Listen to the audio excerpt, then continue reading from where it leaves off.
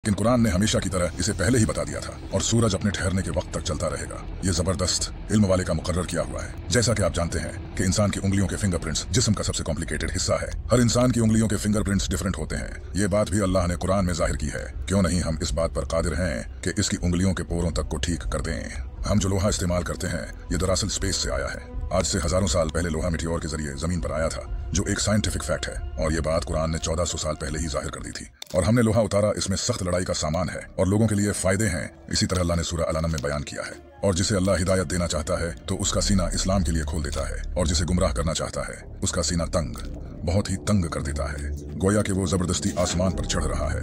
इसी तरह अल्लाह ईमान न लाने वालों पर अजाब मुसलत कर देता है। इस आयत पर गौर करो, यहाँ लिखा है इसका सीना बहुत ही तंग कर देता है, गोया कि वो जबरदस्ती आसमान पर चढ़ रहा है। 1400 साल पहले ये किसको पता था कि जब इंसान आसमान पर चढ़ता है तो ऑक्सीजन कम होने की वजह से उसका सीना टाइट हो जाता है। क्या आपको पता है कि समंदर की कोर तक सनलाइट नहीं पहुंचती? सनलाइट समंदर में 200 मीटर तक ही पहुंच सकती है। लेकिन अगर ये सच है तो फिर समंदर के डीप में जो जानवर हैं वो आखिर कैसे जिंदा रहते हैं? इसके बारे में कुरान में अल्लाह का फरमान है कि अल्लाह समंदर में वहां भी रोशनी देता है जहां इंसान अपना हाथ तक नहीं देख सकता। साइंस ने यह डिस्कवर किया है कि समंदर के डीप में ऐसे ऑर्गेनिजम्स होते हैं जो लाइट प्रोड्यूस करते हैं। इन्हें बायोलुमिनेसेंट कहा जाता है। हम जो पानी इस्तेमाल करते हैं ये इस दुनिया का पानी नहीं है। आज से हजारों साल पहले मीटियोर के जरिए ये पानी इस दुनिया में आया है। बहुत सी जियोकेमिकल स्टडीज से यह पता चला है। काश लोग पहले कुरान पढ़ लेते। कुरान ने इसे भी रिवील किया है और हमने आसमान से एक अंदाजे के साथ पानी उतारा, फिर उसे जमीन में ठहराया और बेशक हम इसे ले जाने पर कादिर हैं। यह है रोसेट नेबुला। इसे 17th सेंचुरी में ब्रिटिश एस्ट्रोनॉमर जॉन फ्लैमस्टीड ने डिस्कवर किया था। यह नेबुला भी अल्लाह ने कुरान में जाहिर किया है। फिर जब आसमान फट जाएगा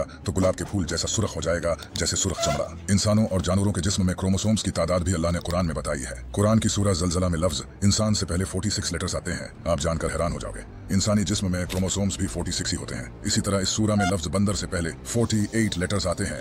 बंदर के जिस्म में क्रोमोसोम्स भी 48 होते हैं। इस सूरह में लफ्ज शहद की मक्खी से पहले 16 लेटर्स आते हैं। शहद की मक्खी के जिस्म में क्रोमोसोम्स भी 16 ही होते हैं। इस सूरह में लफ्ज घोड़े से पहले 64 लेटर्स आते हैं। घोड़े के जिस्म में क्रोमोसोम्स भी 64 होते हैं। इस सूरह में लफ्ज ऊंट से पहले 74 लेटर्स आते हैं। ऊंट के जिस्म में क्रोमोसोम्स भी 74 होते हैं। अल्लाह ने कुरान में फरमाया है, बेशक आसमानों और जमीन की पैदाइश और रात और दिन की बाहिम तब्दीली में अक्लमंदों के लिए निशानियां हैं। दुनिया में कोई ऐसी किताब नहीं जिसके हर सेंटेंस में इतने राज छुपे हों। आज से 1400 साल पहले किसी इंसान के लिए ऐसी किताब लिखना तो इम्पॉसिबल था। तब तो इंसान के पास कोई खास टेक्नोलॉजी भी नहीं थी। ये सब वही बता सकता है जिसने ये सब बनाया हो, और बेशक ये किताब मेरे रब की तरफ से उतारी गई है। अभी तो आपने कुरान के पैटर्न को नहीं जाना। कुरान का पैटर्न इतना कमाल का है कि ये आपके होश उड़ा देगा। इसके बारे में हम अगली वीडियो में डिटेल में बात करेंगे। So subscribe now. अगर आप कुरान के और राज जानना चाहते हो तो यहाँ क्लिक करके इस वीडियो को देखो।